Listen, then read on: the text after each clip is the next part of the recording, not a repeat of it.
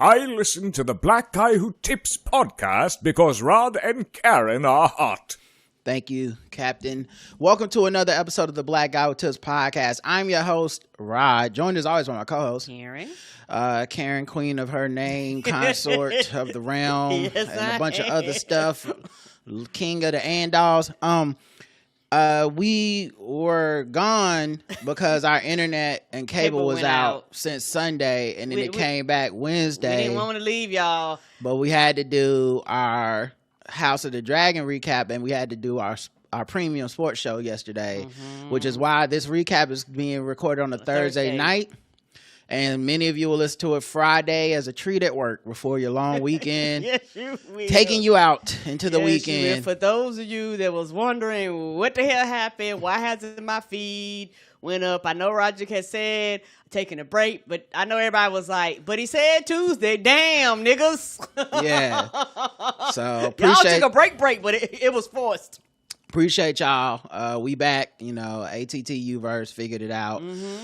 So we should be able to go with no more interruptions, hopefully, and everything will be cool. The official weapon of the show is folding chair, and the unofficial sport, bullet ball extreme. And the other day was the anniversary of the folding chair incident, the brawl to start them all down on the docks. To start them all. But yeah, so that was also cool. This is our House of the Dragon recap. So this is where we break down the show that we all love on HBO. Don't forget, we only got one episode left. Everyone this year has been outstanding. We only had a couple people violate the rules in general. Basically, what are the rules? The feedback. We don't mind feedback, but we want our feedback to be about our reviews. We don't want long feedback, wrap it up. Too many of y'all have shit to say. Write your own book, start your own blog, do your own podcast. Like, don't use us as a platform for you to get off. Right. No predictions. Okay, we know there's books. We know y'all already know what's gonna happen. We didn't read them books on purpose. Right. We don't know. We would like y'all to be a surprise at what we think as we are. When we are right about something, we are going to go fucking crazy because we are just guessing and we don't know shit. Guessing. And it makes it more fun for us and the audience that we don't know. And if anything, you get to be smug and be like, they didn't even see the thing. They wasn't even prepared. Oh, they didn't know that he was doing this. Did not. Let us, we try to be detailed, but sometimes we miss shit. Let us miss it. We love to be surprised later. Don't write in before the recaps. No. This ain't no hey, here's what I thought. You watched the show, you didn't listen to us. Now you want us to listen to you? That's ridiculous. Ain't it though? Cut the crap. And lastly, thank you. Thank you. Everyone who's been listening, we appreciate y'all, man. Y'all been spreading the word. We see the little listener count going up on some of the different episodes we do. It really means a lot to us that y'all would even take the time out to do that because, like I said, man, a lot of people at this point are talking about these shows. Some people do recaps for a living and stuff. And to know that y'all still rock with us and we see how many y'all tag us and tell people, go listen. Oh, this is the best one. Y'all do the best recap. It really does mean a lot to us. It's a lot of work, but it's worth it. Even when I'm typing up 9 pages of shit on a Thursday that I just got my internet back because I couldn't even DVR the damn show. Oh, that's the day right. it came out. Everything was down. Right, because we end up having to watch it through the app, and we normally watch it through cable. Yeah, so all right, y'all. Let's get started without any further ado. We got to start with the intro, of course, to the House of the Dragon. Here we go. Felt 5. We back? Oh, it's the villain, baby. It's the recap. Felt 5 and Black Guy Who Tips. We doing it again, nigga. That's what we doing? Yeah. Yeah. It's a war going on outside, no man is safe from. It don't matter if you're 4 feet or 8'1", or if you 1'1", or if you Cyrex. All these houses bend their knees of being targets. Vagar got colonized by the one-eyed devil. The blood of Ovalaria gon' bring a bunch of shovels. I hope the rights I pull it off, you know who I'm with. Peace to the team black, baby, they the realest. Thank you so much, Felt 5. Thank you so much. This is episode 7 of season 3, meaning we have one last episode to go after this, and I can't wait. This episode was titled The Dragon in Winter, which I believe is a reference to I think it was Alice last week who told Amond in Harrenhal, hey, be like a dragon in the winter, a frog in the winter, or whatever. Like, you hibernate while your enemies think you low. You go ahead and chill. They won't even see you coming when you pop out on their ass.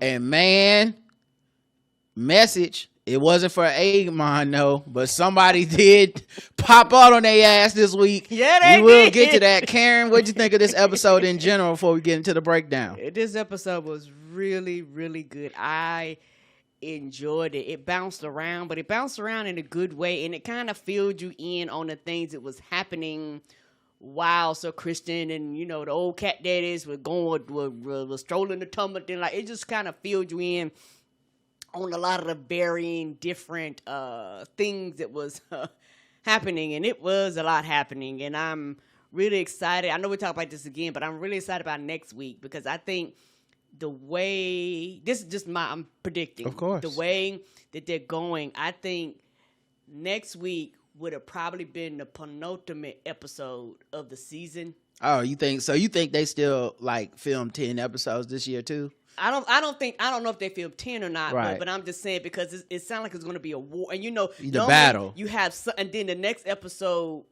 you normally have an episode after something that climatic because a lot of stuff happened during that time. I am wondering how they're gonna wrap it up.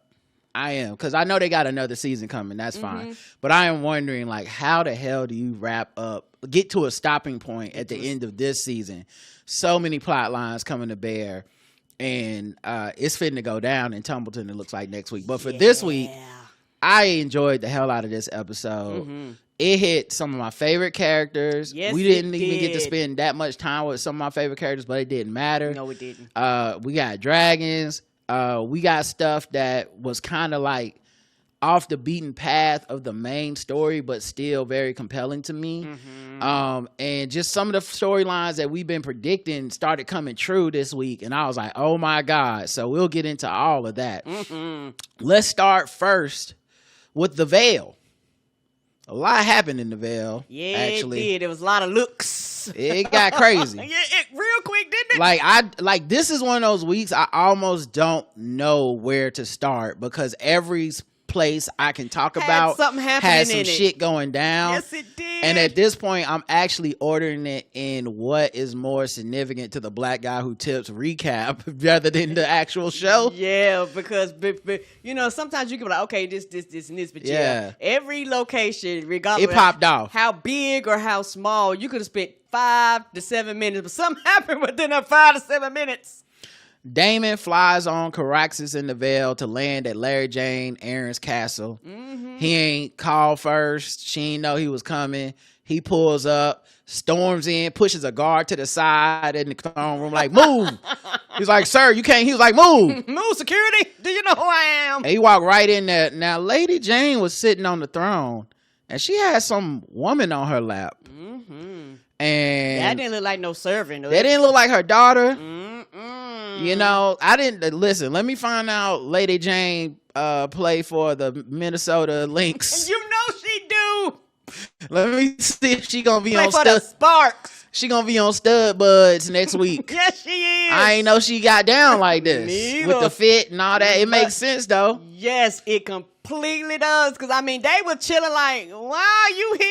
In front of her servant peoples and stuff, so they know she get down like that. Of course they do. But she was like sitting on her lap, like, you know. And it was almost lovingly, if that Yeah, makes that's what I sense. mean. Yeah, she was sitting on her lap, and they didn't even tell us her name because Damon bust in so They couldn't unexpectedly that like maybe she wouldn't have had old girl just sitting there on the throne. But right, if she would have known he was coming. right, but yeah, so he comes in and he's like, where is she? And Lady Jane's like, I see we dispensing with the courtesies.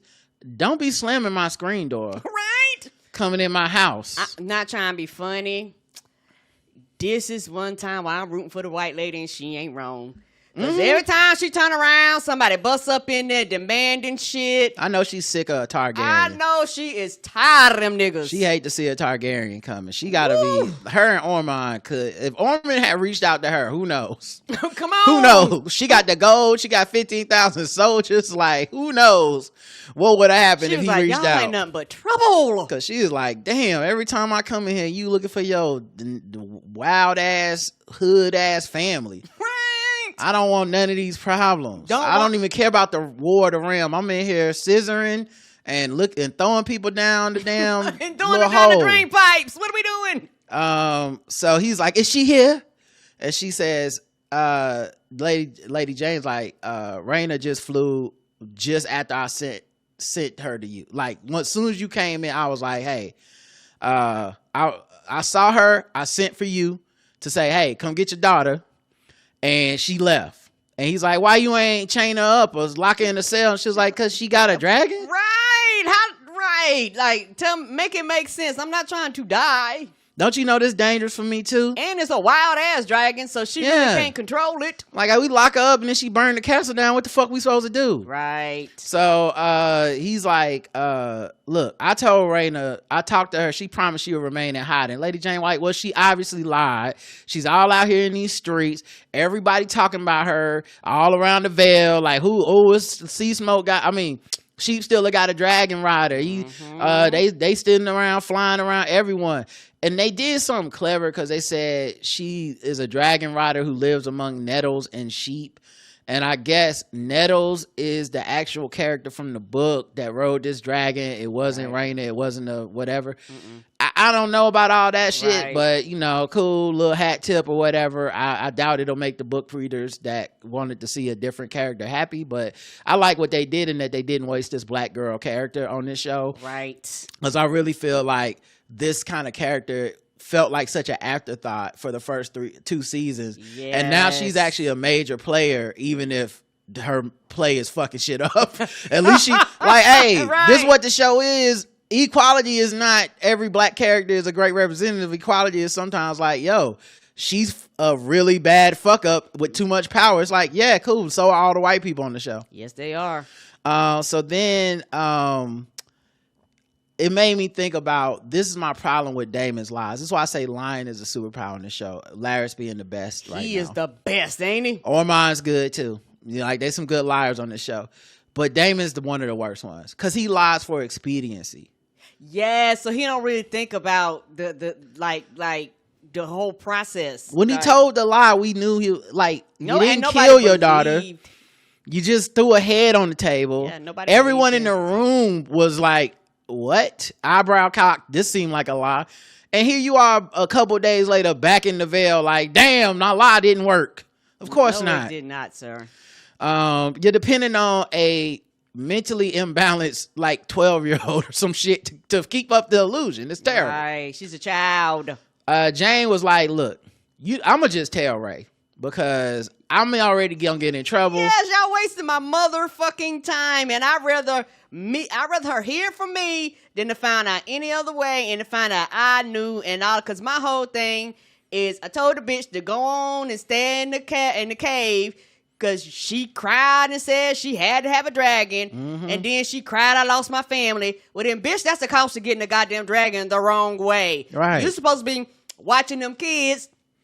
You made a choice, you made a decision, and now you don't want to live with it. And everybody has to deal with the consequences of you not wanting to live with the decisions that you made. You're writing checks your ass can't cash. Right. And so she's like, I should just tell Ray. Damon like, no, don't tell Ray, because even though she won't be as mad as if you get busted, she's still going to be mad. Give me a day to talk with my baby, and I can see if I can smooth this over so she don't never find out. And she looked like, nigga, you got a day. Shit, you. Well, actually, she said she froze until he said, please.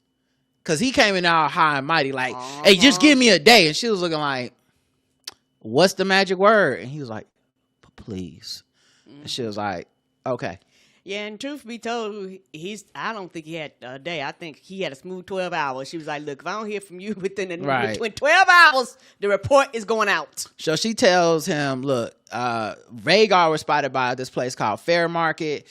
she's been looking for Vagar. Maybe you can find sheep stealer over there, and he leaves. It's like, as soon as you say fair market, he leaves. He's like, I'm he didn't even want to hear the rest of the story. Because he just was looking for his girl, and I think he's pressed. Like, he's looking for his baby girl. He don't really get, like, fair market, cool, bye.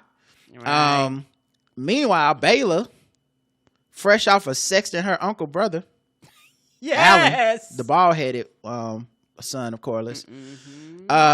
She is actually with Adam, the dreaded son of Corliss, the one that ride the dragon. Yeah, who has a dragon, because they both dragon riders, and they out there what appears to be at fair market, possibly looking for Vagar. They got a big ass dragon footprint on the ground, big ass dragon turd on the ground, and they complain. You know, they complaining about how hard it is. Like, man, we looking for Vagar.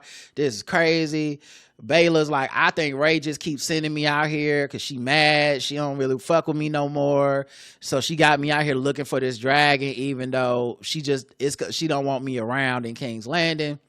And Adam's like, hey, you know, it is hard. Speaking of which, can I ask you for a favor, baby girl? You think maybe you can get Ray to give me the Valerian name?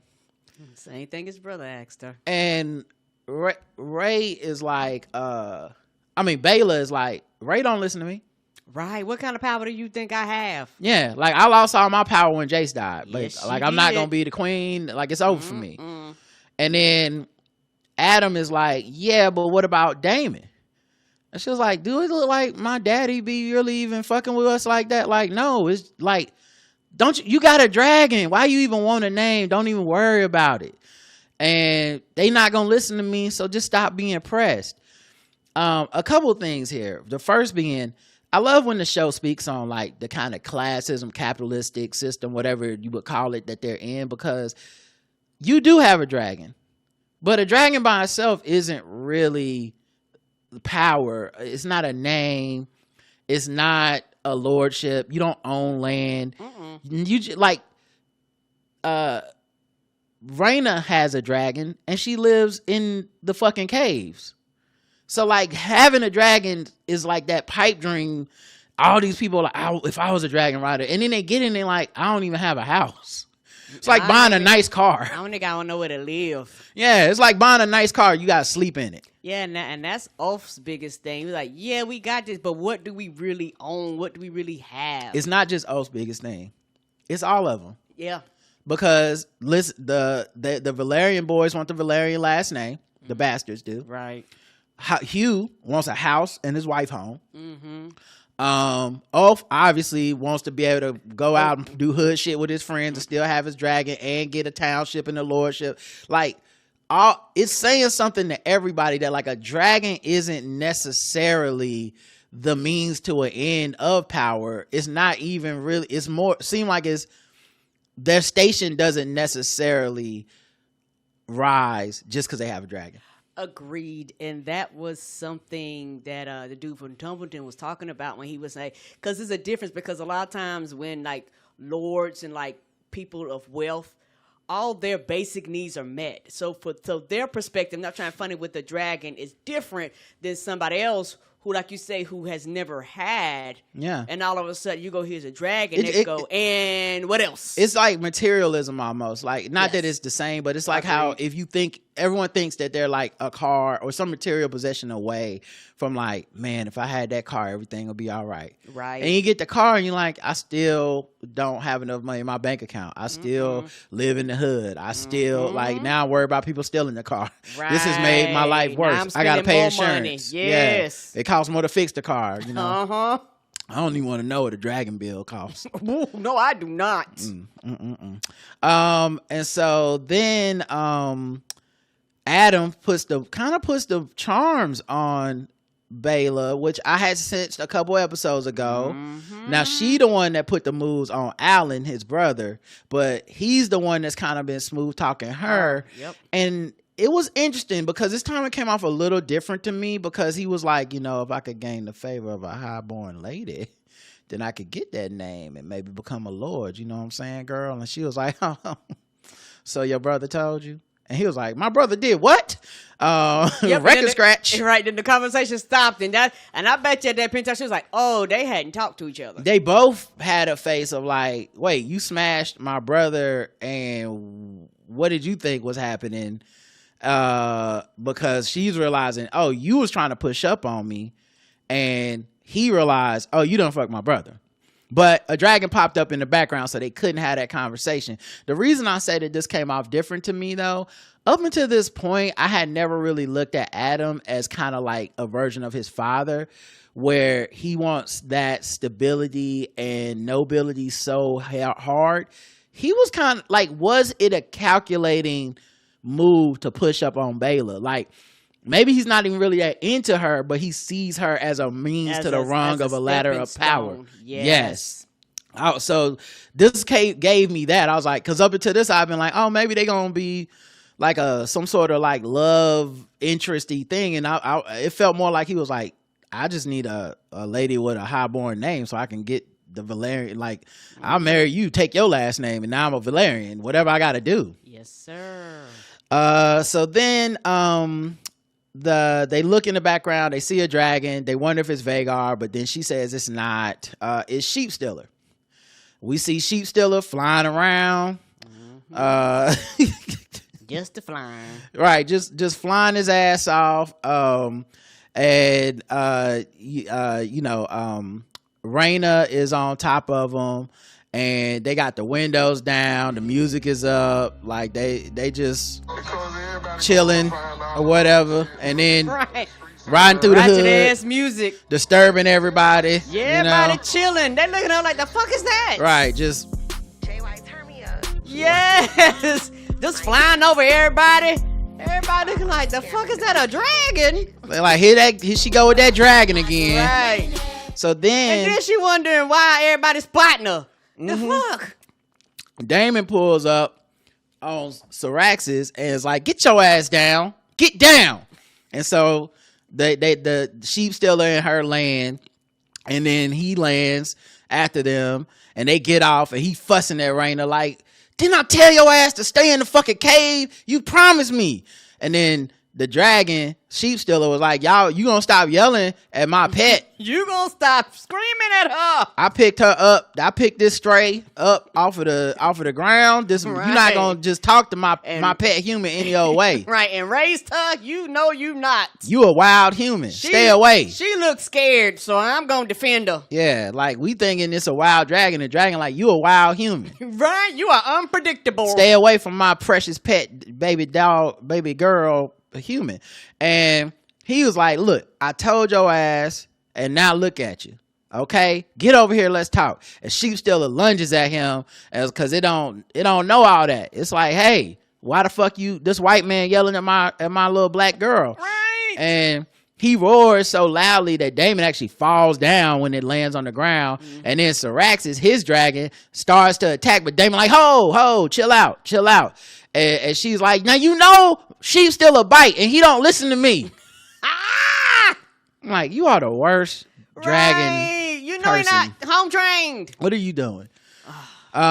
So he's like, what are you doing out here? Right. And she's like, listen, in short, I'm gonna find Vagar, I'm gonna kill him, or I'm gonna die trying, because I fucked up. This the only way I can make it right, and I just can't. I thought I could do this. I can't keep living in caves. I miss my family. Can't make a run to Sally's Beauty Supply. No, you can't, baby. You should have went with your brothers. You probably could have got some juices and berries. They don't got no bonnets. Okay, no bonnets. My edges is gone. My edges. I can't even put on a wig, daddy. I will kill Vagar myself, and at least then I can ask for some mercy from Rhaenyra. He was like, but you gonna die. She's like, good. Then I will have paid my debt in full. I'd rather die than go another week with no moisturizer or conditioner. And just then, watching my hair fall out in clumps. Right. Then Sheep Stealer calls out to her, and Damon says, let me help you. Okay, we could jump Vagar. Like, two dragons together, we might could do this. He was down for the cause, yeah. Cause he and I do like this for Damon, because I feel like a lot of our stuff with Damon has been like, he don't even really care about these little girls. Like his little 2 black daughters, I'm like, he ain't doing nothing. But I guess he's trying to make up for being a shitty dad at this point. And I think that he really, truly loved their mother. And I think he was really hurt when she died. Yeah, and them are his kids. Yes, they are. And you know, I guess you could say the same for Corliss, trying to make up for being a shitty dad. But yeah, so he's like, we'll jump him. I got your back. And he's like, I'm more. She's like, why would you even help me? And he was like, cause I am you. Okay. When I was a kid, my mom died in childbirth. I didn't even think about this connection, but we did know this. But damn, when he laid it out, I was like, oh yeah, you and her specifically are the fucking same. Like she the second youngest, all that shit. So I was like, he was like, my mom died in childbirth. Viserys went into like mourning my older brother who ended up on the throne. He never wanted to even fly his dragon. I didn't have a dragon when I was young. Right. I had to go claim my dragon later on in life. And I felt alone just like you feel alone. And I should have been a better father to you.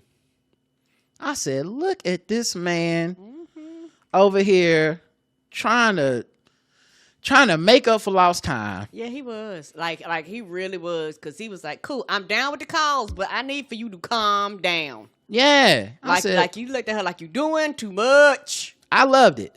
I said, you know what, man? You can make it up to her right now, Damon. It's never too late to start being a good father, okay? Never too late. That's a message to everybody listening, okay? Yeah, it is. Yesterday was yesterday. Today is today, but tomorrow is tomorrow. You can only control right now. Yes, Go out there and sir. be a good father to your kids. Going out there. So then he was like, okay, baby girl, we could, let's ride it together. We can figure this out. And then Syraxis lets out a whistle and we see 2 more dragons pulling up. And I'm like, oh my Lord. Oh my Lord. I was like, they found him. I said, Adam and Baela have found him. Yes.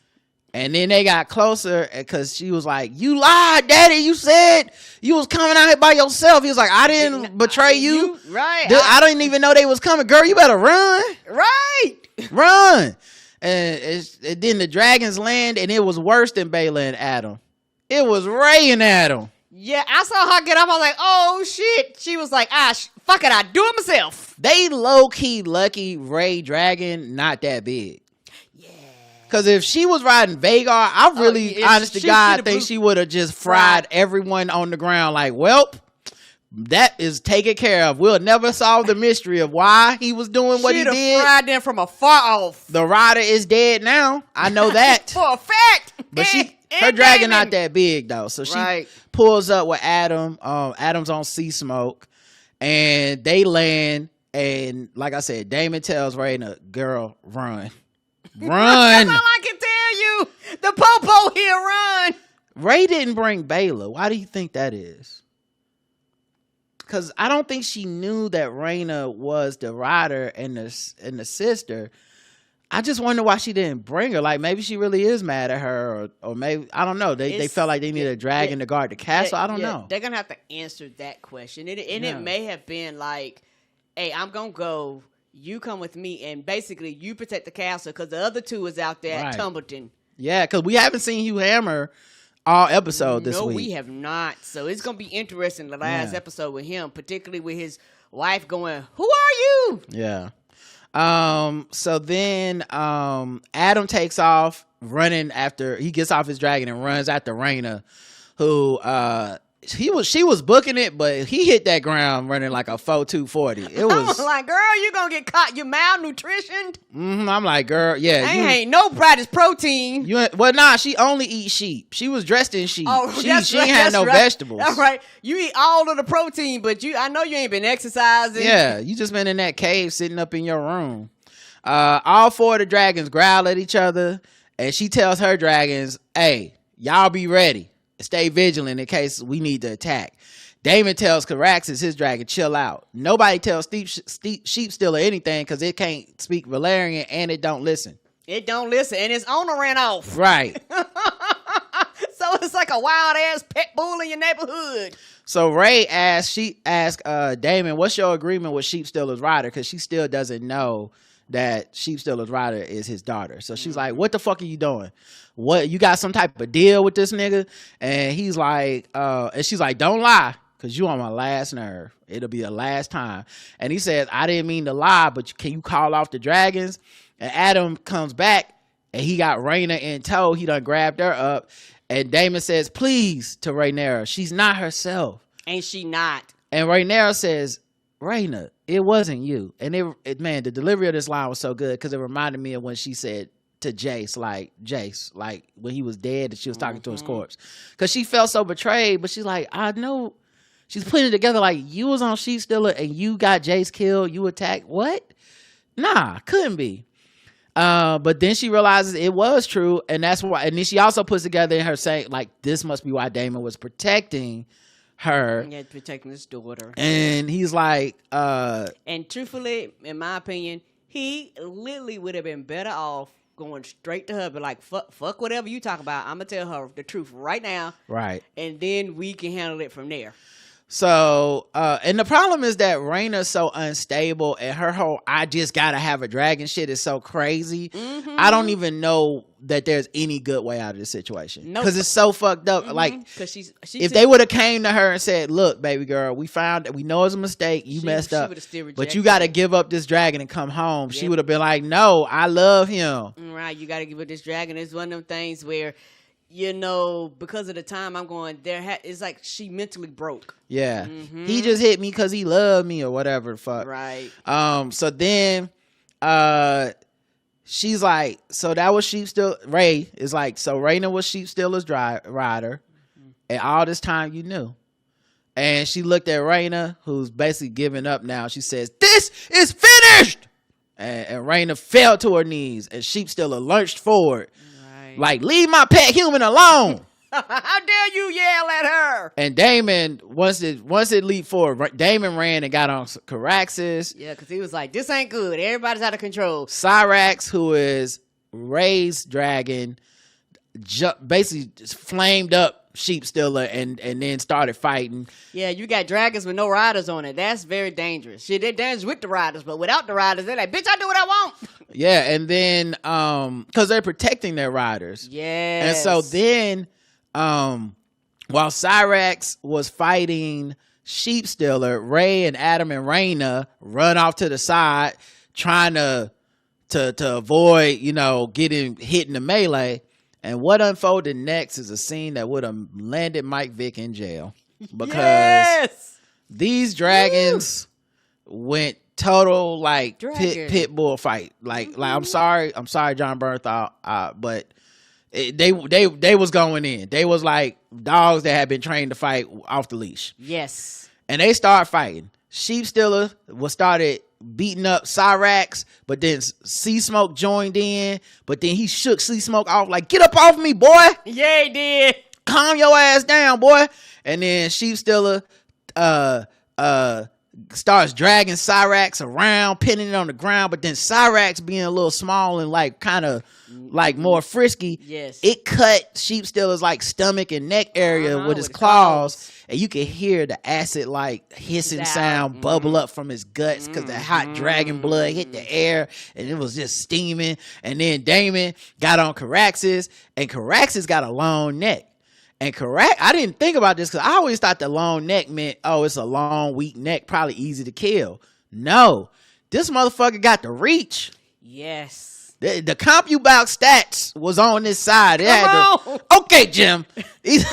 Right now, I got Caraxes, 45 punches. I got him 9 to 10. All right, you see? Boom. And that's where he hit him. Right there in the throat. Right. He was just jabbing this motherfucker. Like, Sheep Stealer's a big ass dragon, but he was stabbing the shit. Caraxes is trained and it knew how to like stick and move, and it was like getting him. And also, you have to think that dragon has actually seen war. Like, you know, like experienced war, which I don't, most of those dragons have not. So then, Adam goes and hops on Sea Smoke, and he start fighting with, like, they double teaming Sheep Stealer now, going to town. And then Ray gets Raina on her wounded dragon, Cyrax, and said, "Girl, we gotta go." And they start flying out. Raina looks back like, "No, but I love Sheep Stealer." I was like, "Girl, if you don't Right. get the whole ass fuck out of here, this is what should have happened. You should have had it taken away from you. This is a wild ass dragon that you had no business taking." Yeah, this whole thing was. And you're down in Baltimore having big fun, weren't you, Vanessa? Isn't that where you were? Didn't you go down there to Baltimore and have big fun, Vanessa? Tell me, didn't you go for big fun? So this whole thing felt like she was getting in trouble for that shit. Then, as Raina goes, "No, like leave him alone. I love him. He's so good. Like he been good to me." Damon tells Adam, "Escort the queen back. I'ma finish this." And he orders Caraxes to kill Sheep Stealer. So at first I thought, when we see the outcome of this fight, I had other thoughts, but then I'm like, no, he was trying to kill him. So he tries to kill Sheep Stealer. Listen, Caraxes is a bad motherfucker. This motherfucker was biting the shit out of Sheep Stealer without getting tagged. Toe his neck completely. Toe it up. Went straight for the jugular. Yeah, and you could see when he's backing up. I was like, "Oh, they fucked his neck." Sheep Stealer was down bad. So he couldn't even blow flames or anything. Now the thing with Sheep Stealer is kind of spiky, so it swung its spiked tail at Damon and Caraxes, and it did knock Damon off the saddle, and Damon fell down, but he wasn't hurt. But while he was falling off and Caraxes was checking on him, Sheep Stealer crawled off. It couldn't even fly. It was so fucked up, and it limped off bleeding badly, and it made me think like, could go either way. Could die in a cave somewhere bleeding out. Could literally be just like Sunfire. Oh well, we'll get to that. But be just like one of these other dragons and pop back up because nobody, no death. Ain't that the truth? Nobody, no death. And even if you see the body, you never know. Right. But yeah, they don't show him finish the dragon off, and it looked like they must have left from there. So that's everything that happened in the Vale. Yeah, and also I think that if Adam would have been there, he'd have made sure that the Sheep Stealer died. Right. Same thing if Ray would have been there. But they needed to escape, and I recognize why they needed to, because if they would have taken off with Raina and Sheep Stealer still would have been able to fly, it would have absolutely followed and chased and it'd have been a who mess. knows. Yes. So then the next place is Harrenhal. Y'all already know how Harrenhal this spooky ass place. Told you, every time I think about this place, I think about fucking Scooby-Doo and the gang. Yeah, well, every time I think about this place. Don't be afraid. Don't be afraid. Don't be afraid. But you should be afraid. Yeah, obviously. I'm very afraid. So Amon does some Tai Chi in the morning with his sword. And realize, I'm not really where I need to be. Yeah, his side still hurt. That fight he had against them 3 men where he killed them apparently was like, it was luck. It was his flu game, as I said. He was playing injured. That and that's what the goat tried to tell him. She was like, hey, you gonna go out there and they gonna fuck you up or you gonna die because you just determined to get your dragon back, but you're not even 100%. Right. So then Alicent suddenly appears dressed in her fineries in the green and just out of nowhere. And she says, I had to come see my baby. And he's like, I thought you forsaken me. And she was like, no, boy, come here. Give me a hug. And she embraced him. And she put her hands on his face and said, you are all I got left. And she kissed him on the cheek. And then she started taking off her petticoat and her gloves. And she set him on the bed. She said, I'll be glad to have a bed. The ride here was long coming from King's Landing. And he's like, what about Aegon? And she was like, I don't know. He probably dead. But, I did what I could. Right. Shit. The fuck I look like. I don't know. I don't keep up with that nigga. Yeah, I'm the Drea Michelle of Westeros. I don't care about these kids. Fuck them kids. Don't care about him at all. Then she goes back to him and she puts her hands on his face again. And she says, I failed you. You was too young. You was just a child. And then she gets all in his personal space and she kisses him again. Except this time when she kissed him, it was like the sexy, romantic kind of kiss. Yeah. yeah, I was like, oh no. And that's your mama? Yeah, and I was like, because initially I was like, oh, you down to do whatever you need to do to accomplish your mission, apparently. Listen, they write this character very well, in my opinion, you know, Allison, or they write her well enough that I feel I know who this character is. Right. I'm just going to say at this exact moment I went, nope. At this exact soon as she kissed that boy dead in his mouth, I said, nah. Yeah, because the first time she was like, oh my God. So then they start furiously sexting. Okay? Yes, they did. I'm talking like just like it might as well have been on browsers. It might as well have been stepfamily.com, whatever the sites is these days. It was they did everything except say, you my stepson, so it's not really related by blood. Right. Oh, I love you, stepmama. Now they calling by their real name. Yuck. And so they start getting sexting on the bed, and it's like obvious they are having real like sex. Right. She like hops on top of him at one point.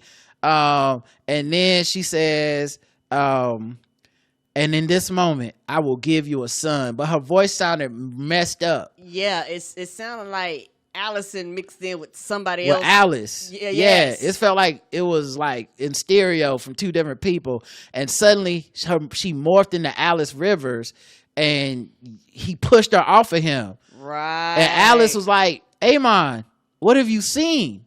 Now, I'm not going to lie.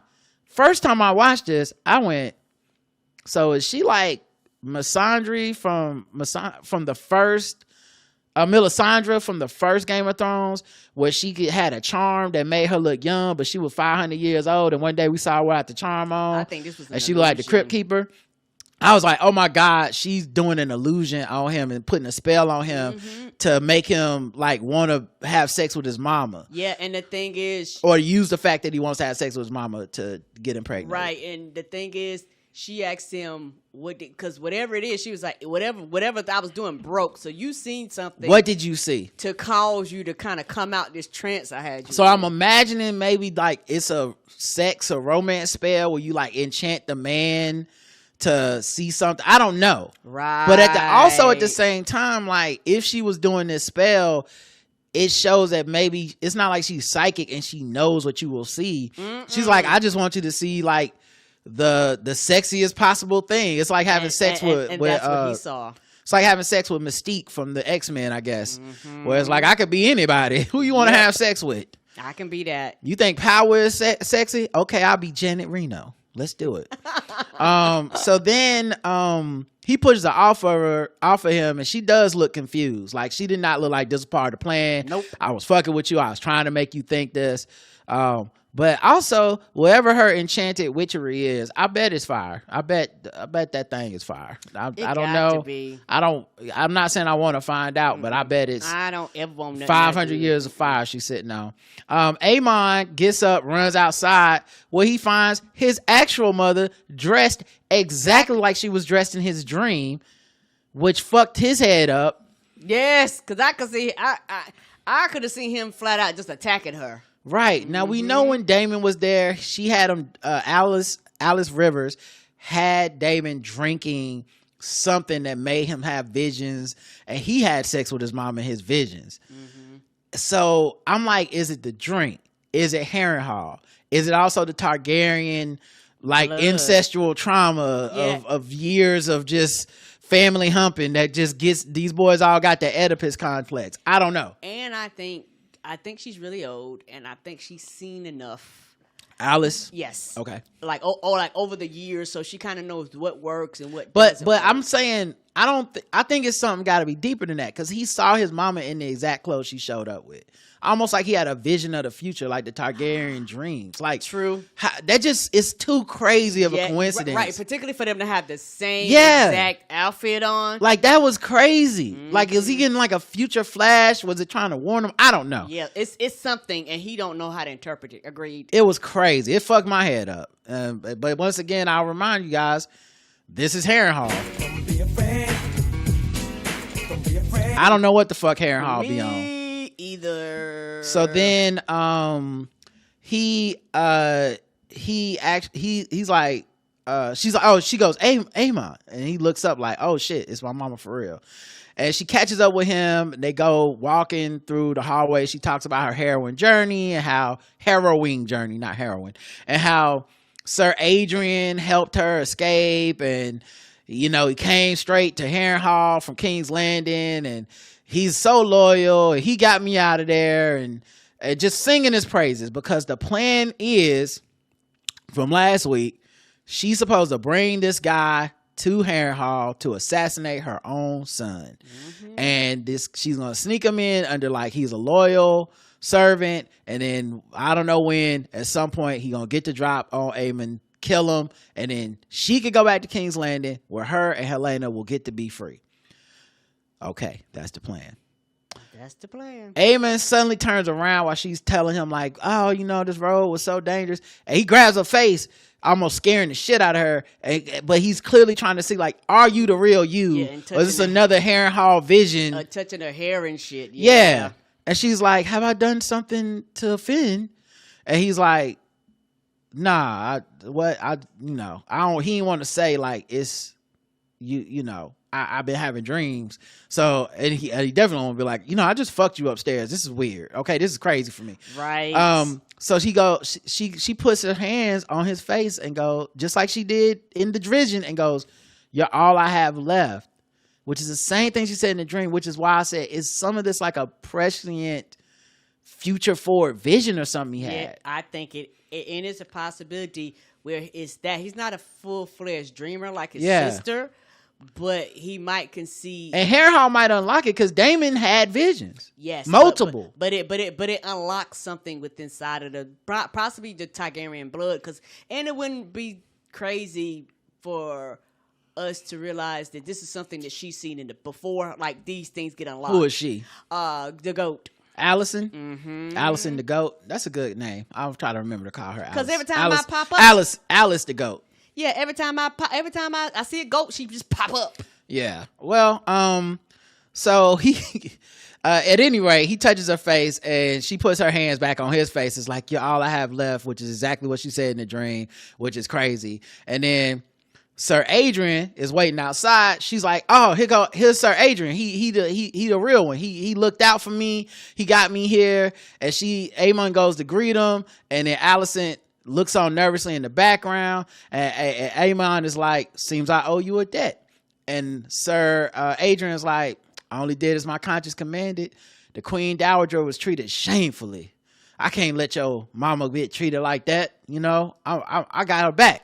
And Aemon goes, well, put her here, and goes to shake his hand, and then pulls out a knife, stabbed this man through the gullet and right into the brain pan, and killing him instantly, blood splurting out of his mouth, fell on the ground dead instantly. And I said, God damn it, Aemon is one of them ones. Fucked up the whole plan. He is one of them ones. Mm-hmm. He probably was like, whoever this dude is, I can't trust him. And I know some of y'all like, oh, you trying to say he a psychotic weird? No, I mean, strategically.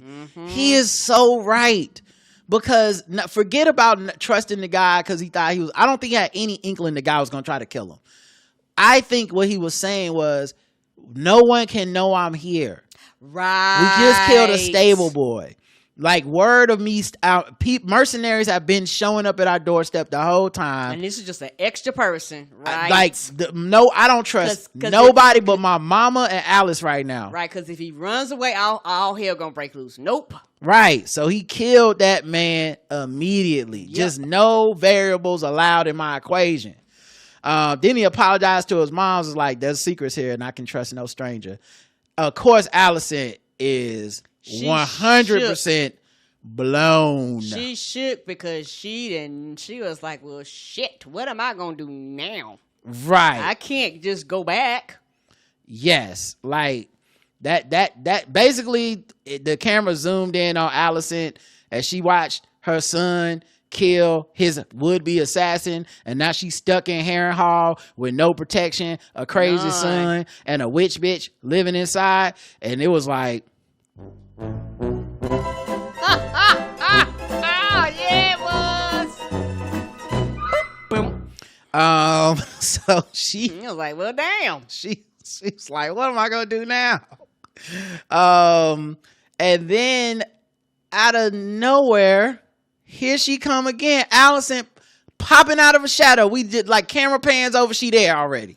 I told you. I never dog. seen this woman walk up nowhere. No, I think she roams around in the shadow. She Yeah. is the ring. I think That's so. why she the goat. Yeah. Physically and the goat. Listen, she love a good shadow. Come on. She like, let me slide up out this bitch. Oh, you didn't see that coming. But here's the thing. Allison shows up. There's a murdered man in front of her boyfriend, husband. I don't even know what you call what they are. Me either. And her mother-in-law, like, is she just like, oh, dinner's ready? I'm like, you ain't even gonna pretend that that's crazy that a murder was just committed for a man that saved the queen's life, the queen dowager's life. She probably saw it. I told you the goat was there in the corner somewhere outside of the shot. So then they go to dinner, and dinner was giving some real the fiance meeting the mother-in-law for the first time and they don't like each other vibes, fighting over the boy. And Allison isn't even touching her food. She just sitting there thinking like, what? Cause she shook. Right. She's the whole time she's just sitting there thinking to herself like, what? How am I getting out of this situation?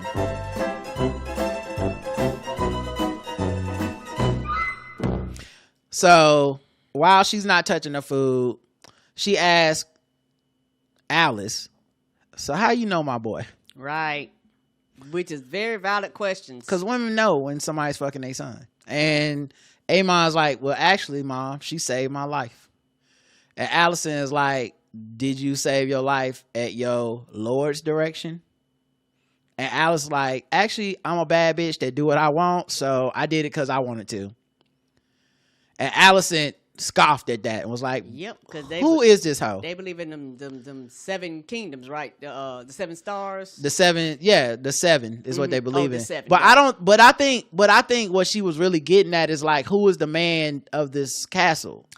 Who runs this shit? Who runs the cat? Okay, like, I'm with you. Like, is that your husband? Is you like, she was trying to like, I think she was trying to like feel out like, well, who are you? Who are you and why are you fucking my son? Yeah, and why where is do this you so stand? uncomfortable? Yes. You watched the murder and you didn't even fucking You flinch. didn't even blink twice. I have never seen you walk out of into a shadow. I've only seen you walk out. Out of one. I have a lot of questions. Yes, I do. And she's like, better than them flock cameras. she's like, Amon, who is this hoe? And Amon said, Yes, He likes me back. And she showed me the boobies, and I like them too. and he's like, she's a lady and a master of sorts. And he's like, I decided I'm gonna stay here in Harrenhal with Alice, and I'm gonna make this my seat. I'm gonna rule from here. And Allison is like, but Rhaenyra's on the throne in King's Landing. She not gonna just let you have that. You need to get the fuck out of here. And he was like, wasn't it your idea to send me here to rule? Which it was. She did tell him that. Sending him away. The first time he kissed her. Yep. And so then Amon is like, nah, I'm gonna stay here. Ray got regular niggas on her dragons. She's sullying the house. She done defiled our whole lineage, diminishing the throne. And honestly, all that stuff is going to be seeds of her demise, because you can't run a house divided all weird all like over that. The place, yeah. And then I'm going to raise my own throne in the mud of the Riverlands. A new dawn is coming, and I'm going to have a new line of unsullied kings, because I'm going to be having sex with Alice and popping out these babies. So I'm on the come up. I'm on the rise. You need to get on down with this, mama. And Alice looked on, sipping her wine in the background, before Amon reached over and like took her hand in one of his hands. And when he was talking about making them babies. And then he took Allison's hand and says, and you, mother, you will wait with us. You have worth yet to offer. Look, because of them weird sex dreams, I didn't know if he's like, and then we gonna have some kids. I don't know if I can marry you off. I don't know what he meant. But she was not having that bullshit. She was like, who was she? Allison. Mm-hmm. Yeah. Well, Alice wasn't having it either. Yeah, neither one of them was having it. But she definitely, because she looked like he held her. She was like, okay, you can let my hand go. Right. And Alice is like, I'm sure your mama would rather go back to Old Town Yeah, and she stay could- not in our house. She could feel the vibes that she didn't want to be. You know there. it's hot out here and shit, and we don't got good AC. This would not even, this climate won't even be good for her. We open there. And Amon's like, nah, she gonna stay with us. She gonna stay with us because I'm all she got left, which the dream said and the regular one said. Allison like, why do I keep saying shit that he could throw in my face? I told him go to Harry Hall. I did say that. I told him be the king. I did say that. I did say I'm all I got left. Jesus. So then Alice is like, what about Helena? Don't she need to go back to her daughter? And he's like, no, she can stay here with us like I fucking said. And then Alice is like going to the fireplace and just looks over and goes, we out of wood, which was code for we need to talk not in front of your mama. So Amon goes out to chop some wood because he gets up like, damn it. I don't want to chop no wood. And when he got out there chopping the wood, he's like, I will not be coddled. You in here talking down to me in front of my mama. And Alice is like, listen, you can't trust your mama. And she right. He's like, that's my blood. She's like, okay, Ann. Okay. I didn't have your mama included in our plans when I told you what we was going to do. He was like, oh, so you just want me off to yourself. And I'm like, but yeah, what? Yes, of course she did. She literally has an empty castle where she kills people who know you there. She does want you off of yourself for herself. Yes, she does. But then she says this warning to him about his mother. He says, there's a fog that surrounds her. She has come to do you some evil. And she must see something. Yeah, she was like, whatever it is, it's not a clear, clean picture, so something's up. Also, though, because that could be totally true, she could also just be like, get this bitch out the house. I don't like... True.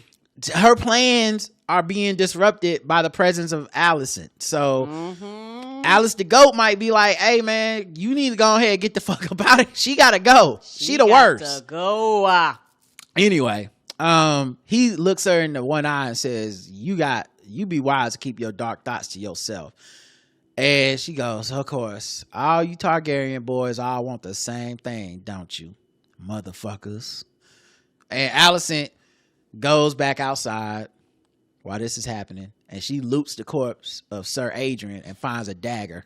Yes, she does. And then she uses the dagger to look and see. She sees some nightshade in the background. These are the flowers they showed us that are poisonous. Helena pointed them out to her child and told him, "Don't touch this, Jahara." We should be there. Then I was like, "Child, you was freaked out when that dude got stabbed. I know you do not have any of you to stab that man." Right. He'll When she fuck picked you up the knife, I said she's not gonna use that dagger to kill him. But when she looked at the nightshade, I said, now she might use that dagger to cut some nightshade flowers and kill him in his sleep or poison him. Which still terrible, mom. Ain't she though? Allison goes to Amon's room as he's practicing more sword food. This time he looks a little more healed. She says, look, man, I'm just fucking up the groove. I should just leave. I want to leave. Your girl want me to leave. I could just leave. He's like, no, mama, you need to stay. I'm glad you came. And she's like, yeah, here's a cup of spice wine. You know how you couldn't even go to sleep when you was a kid and you wanted the spice wine. But when he looked at that spice wine, his eye got big as shit. Like, fuck you mean? You know, now that I think about it, Alice doesn't trust you. And then she touched his face and said, but who do you trust? And then he's like, mama, I tried to kill Aegon. And she didn't know that. Right. That was when he tried to suffocate him and then stopped at the last second. And she says, I know. Because you trying to go with the plot. She's just drink the wine, baby. Just the wine will take it all away. Just take a big old gulp. Just swallow it down. And he's like, she goes, I know. Boy, you a fool. You crazy. You so crazy. And she just stood there caressing his face. Then we cut away, come back. Later, we see Amon stumbling into Alice's room as she is feeding her pet owl. You know what kind of bad motherfucker you gotta be to have a pet owl? A pet owl? What is this, Harry Potter? Owls can't be pets. No, they can't. They are birds of prey. But she's not beating the witch allegations with these owl pets. No, she probably was a teacher at Harry Potter, got kicked out. Right. And then he collapses on the ground like, Alice. And she goes, idiot. And then goes to tend to him. And we see Alicent sneak out the castle believing she has murdered her son, never beating the Drea Michelle of Westeros allegations. But also, I'm assuming Aemon's going to be fine, because if anyone can cure nightshade poison, it's 100% Alice the Goat. Yeah, in her mind, she was like, oh, that's not any, this is nothing compared to the shit I've cured. Yeah, Like, Alice the Goat got some shit. Like, boy, drink this. I told you, dumbass, stop fucking with your mama. yeah, right. Look at you. I think Not Your Fun's gonna be a lesson learned. So any other family member he comes across, I don't think he's gonna trust him.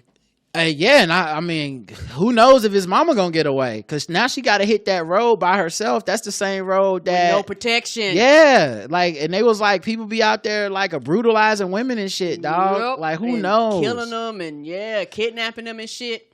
The road to Tumbleton. This is a quick one. It's the cat daddies, Roderick Dustin, Roddy, what is it? I forget what it was like, but Roderick Dustin, one of the Winterfell cat daddies. They just marching and they got Sir Kristen head on a spike. Yes. That's it. That's a whole scene from them. We wanted to make the point that nigga dead. Yeah, he dead. Amen. Come on. Tumbleton, we get there. Gawain comes in on horseback to report the Riverlands army got 20,000 people. It's a day or two away. Ormond says to Gawain, so your dim Dornish friend died in the mud for nothing? One, showing that he has about the same amount of respect for soldiers as Donald Trump does. Right. A man that doesn't really seem to have done any battle himself, but it would duck the draft and the heartbeat. 100%. He say he got flat feet. And then the other thing is, it's an insult to Gawain, because Gawain definitely looked up to Kristen as a guy who valiantly fought to the end. And even though he was crazy as hell, he went out nobly for a cause, blah, blah, blah. But Ormond doesn't see it that way. And it does make me wonder, like, how many other people in the realm will see it one way or the other. Ormond says, it don't matter anyway, because I got a card that's going to bring this bitch to her knees. And Gawain's like, what card? And Ormond just walked off without answering, followed by John Roxton. John Roxton is the guy we saw kidnap Corlys last week, okay? Inside, they eating some food. It's broccoli and some raw fat meat that looks like a lot like... I was like, is it cooked? It looks a lot like Arby's steak nuggets or something. Like, I was like, they ain't got no fire here. What is this? No ovens? he said it was fat and that people said it was good for you.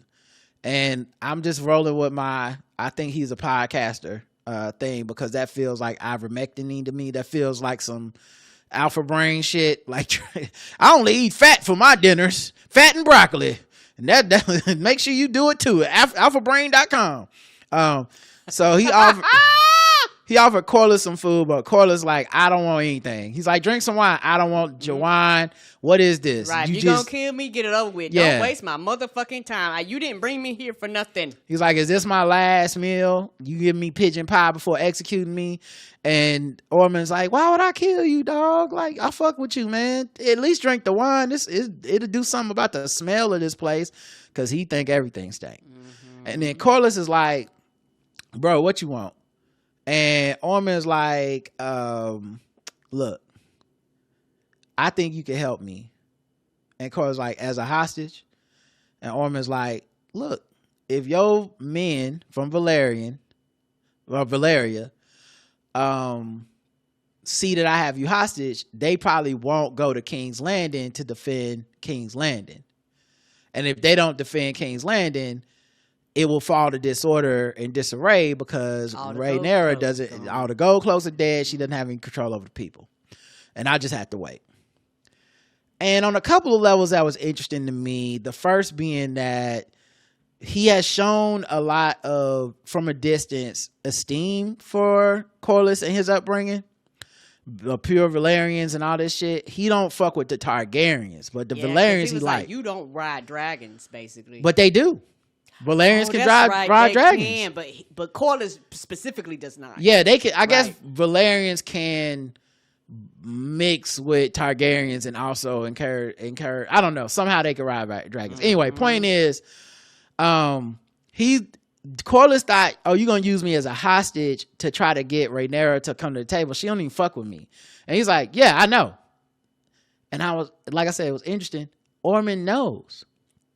He didn't even make that into his plan, like, well, maybe we can use your proximity to the throne. He's like, no, I know they don't fuck with you. I'm like, how many spies does he have over there? He has a lot of them.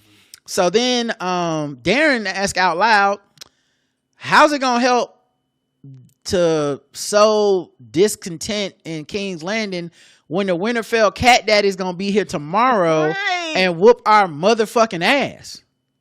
And Ormond's like, shut up, bitch. Like, he had a look on his face that was like, why don't you shut the fuck up? Why don't you shut the fuck up? Nobody here wants to listen to your misguided bullshit. He basically like, you saying too much. Like, I'm trying to do a villain speech in front of a captured James Bond, and here you go asking questions, undercutting everything that I'm saying. He's like, don't worry about that shit, okay? He's like, and Darren looked down and started eating his food. Like, I'll shut up. That's fine. And Ormond tried to change the subject. Like, you know what? I think I'm gonna start eating vegetables. You know, I'm gonna stop fucking with this fat stuff. You know what I'm saying? Corliss like, man, can I go to my room? What the fuck? And then he's like, well, you know, Corliss, I don't even really see what you see in the Targaryen element. You know what I'm saying? Like, you fuck with those people, them savages. Those people. And then Corliss had a look on his face before Ormond realized, oh yeah, that's right, you married one of them. Well, that ended all too predictably. You know, I would think after you saw them devour one of their own, and Corliss is like, can I go back to my room? And he's like, yeah, you can go. Oh, but before you go, and he pulled out a knife. And I said, oh God, he gonna fuck Corliss up. Then in his room, Darren and Gwaine is sitting in there talking shit about Ormond, you know, like two kids that got on punishment or something. In their room fussing. Like, they just got beat up and now they back home like, I should have punched him in the stomach. Right, and one telling the other one, shh, don't talk too loud. Right. So Darren and Lil Gwaine sitting up there and he's like, hey, why the fuck is Ormond so happy? The army is at our doorstep tomorrow. I don't know how I'm gonna be a king. I can't even stand up to Ormond. He gonna get us all killed. And Gwaine says the dreams some have of covering themselves in everlasting glory somehow transcend humanity's common fate. And it's interesting because he was talking about Sir Criston Cole, meaning like this fatalistic ending is the same thing he thinks of Ormond. Like, because him and Gwaine don't understand the plan. They're like, so he just in a death march, but he'll get to glow out in a blaze of glory, killing all of us with him, just like Cole. I know Gwaine like, why can't I just go home? I should have went home last week when he asked me did I want to go home. I should have took that option. Ah, my goodness. And Darren's like, I'm sorry about Criston Cole, man. I know that was your man's. And Darren's like, I could fly off on my dragon, but then everybody just gonna think I'm a bitch, so I can't do that. Right. And nobody's gonna take you in because basically it's the word is you trying to be king. Right. Mm-hmm. And then nobody gonna follow me or let me in. Right. And so then he was like, I don't care about being insignificant. Rhaenyra can have the throne for all I care. I don't give a fuck. And I believe him. Then outside the gates of Tumbleton, this is near the end of the show, but like I said, I'm saying this in the middle of our thing. Mm-hmm.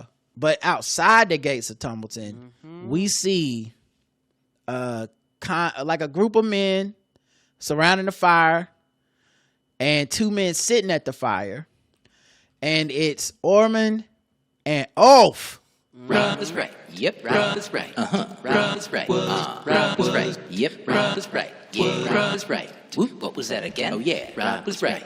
Rod was right. It's like there's no way they could keep treating him like that, and there's no response. Right, Ulf been getting the shit end of the stick and getting talked down to this whole time. Yes. He's not from royalty. He has no loyalty. Didn't mean for that to rhyme, but he's just like a guy from the streets and that lucked up into a dragon. So he's not this like he don't care about all this pomp and circumstance. He's just a hustler. You have to understand, I'm a hustler. I'm a legit entrepreneur. I sell things. I come in contact with people all the time. So as far as he's concerned, the dragon is not what it's cracked up to be because he's still a lowborn nigga getting punched in the face in the front of everybody at the club. And Oman knows that, and I bet you the second that little girl wouldn't share that he reached out to That's her. what I'm saying. Because like you say, you embarrassed him, and all he wanted to do was do ratchet ass shit with his hood ass friends. And Orman stay getting an email from King's Landing like, girl, you ain't gonna believe what happened to your boy Oath. the chat be lit. You might want to reach out because he got slapped by Damon. Everybody's seen it. So then Orman, I don't know how, like, it's clear that they've been podcasting together for quite some time. Yes, they have. Because he's like, in our last communication, you said blank, and he's giving Oath some beer to drink, and Oath is like, is this Pabst Blue Ribbon? God, I miss this. I miss beer in the club. And Orman's like, I heard you got hit by Damon in the streets in front of everybody, and I'm not saying I said it, but they said like you look like a little bitch, and that's definitely not something that you should tolerate because you got a dragon. Do they know who they fucking with? Right. And Oath is like, well, she did tell me not to go clubbing, and Orman's like, yeah, but a man got needs, bro. It's like if you was fucking with me, you could club all the time, dude. Like, you really don't need to let them tell you what to do. Grass is green on the other side. I thought, yeah, right. And Oath's like, well, you did say you in your last letter you could give me lordship. I was thinking Honey Holt. I would like to own Honey Holt. That's what we saw Lord Beesbury, who got killed in the cabinet meeting. Like, now they don't got no lord, so he's like, just give me, I got small dreams. And Orman's like, Honey Holt ain't shit. You want Driftmark? You could be the Lord of the Tides. What you think about that? Driftmark is Corliss's place. So whatever he did with Corliss and that cordial meeting and they were sounding nice, Orman Lion ass is plotting on taking Corliss out because ain't no way Corliss giving up Driftmark unless he dead. Agreed. And so then they did a cheers, tap glasses, and Orman said, they will laugh at you no more when they see you as you are. And then Oath says, no, they will burn. And I'm like, oh my God, he done betrayed him. I knew it. Yeah, next week's gonna be really, really interesting. I got some thoughts, but we'll share that at the end.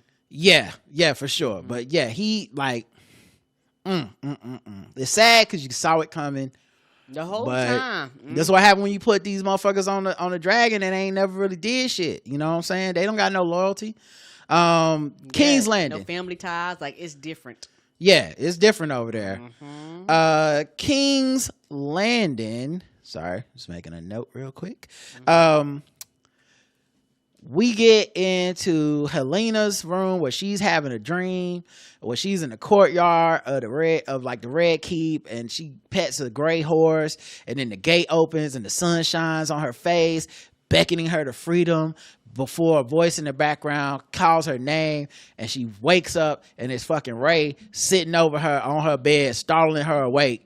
And Ray being like, "Was that one of the dreams? Huh? Tell me about the dream. You had one of them little dreams, right?" She was pressed, and she don't understand. She just go dreams. It's like, hey, that's not how none of this works. So she asked Ray, "You heard from my mama?" And Ray like, "No, and I probably won't unless she kill your brother." Well, let's not get into that. Listen. Did Amon ask you to ride your dragon into battle with him?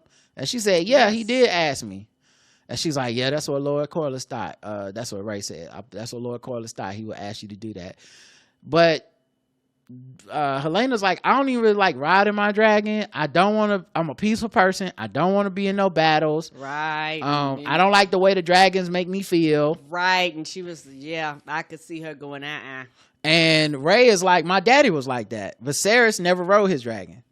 Like, he had a dragon, and it was like the biggest dragon, if I'm not mistaken. It was. Like, I forget the name of it, Baylor or something. But humongous. they was like, no, I don't ride my dragon because I want to be peaceful. And Helena goes, because he didn't want to be changed. And Ray is like, so you think the dragons change us? And Helena's looking at her like, nigga, you have 7 dragons. Yes. Do you think this who you was before you had 7 dragons on your team or whatever? Like, no. You dragoned up. You dragon tight. You got all dragons. You're cutting every book. Like, you are moving different, right? And she says, well, I don't think I'm changed. Well, at least I don't wish to be. And Helena studied her face the same way she studied Allison's face when Allison be lying. And Ray says, I just want to restore proper order. And you could be a part of that because you got the dream gift. And Helena like, I don't even control these dreams. They come in bits and pieces and parts. I don't know. I can't interpret them. Like, I don't get the entire story, and right. I don't ever know what it's going to be about until I wake up. I don't understand these dreams. They just be happening. They just be happening. She's like, well, what's the last thing you dreamed about? And Ray's like, a gray horse that you just woke me up from. And Ray's like, whatever. What about Damon? You got some Damon dreams? She's like, no. Winter Wolves, Tumbleton. What about Ormond Hightower? He gonna get brought to heel? Yeah. And Ray basically thinks the dream gift is like owning the DVD box set. Yep, and that's not how it works. She's like, go to scene 3, episode 4, season 4. Let me know like who's still alive. And Helena's like, I be seeing butterflies and solar eclipses. I don't know what the fuck is happening in these dreams. Like, I'm trying to figure it out like you. Sometimes they clear and I'll be like, oh, you don't do that? But sometimes I'm like, I don't know. I thought I saw some kids. I don't know. Mm-hmm. Sometimes it's an interpretation. Like, it ain't always what's going to act like physically what's happening. And Ray's like, you don't know or you won't say. And Helena looked away and tried to keep sewing because she was sewing some ships or something on the tapestry. Mm-hmm. And then Ray took that shit away. It was like, girl, you gonna tell me, grabbed her hand. It's like, you may refuse me as your sister, but I may compel you as your queen. Now tell me what you know. Tell me I will prevail as the gods intended. Because she's stressed. And she seen how Helena was stressed out, and she seen how she was coming out of pocket, and Ray like caught herself and relent and let her hand go, seeing how desperate she sounded. Yeah, and because you're gonna scare her. She's like, you're not gonna get anything because she just lied to you. So what are we doing here? She just think the dreams are a cheat code, but she don't trust Helena and gives Helena no reason to trust her. So I don't even know why she wasted her time going in there. No. Back in the conference room for the small council, Lord Manderley is complaining like, yo, everybody think I'm the one that fucked up the money for the city. My daughter there was doo-doo on my doorstep this morning. Everybody mad at me. They done, they do ding dong ditch, they doo-doo ditch my house, y'all. Yeah, they did. Ray, what's up? And Ray goes, what you want me to do? He was like, nigga, you blame me in front of the streets. Yep. You the one, you told him it was my fault. He started piecing it. Okay, I'm the scapegoat. Right. Mm-hmm. He like, so it's starting to look like a motherfucking setup here because you telling people that I won't raise the interest rates and it's worse than that.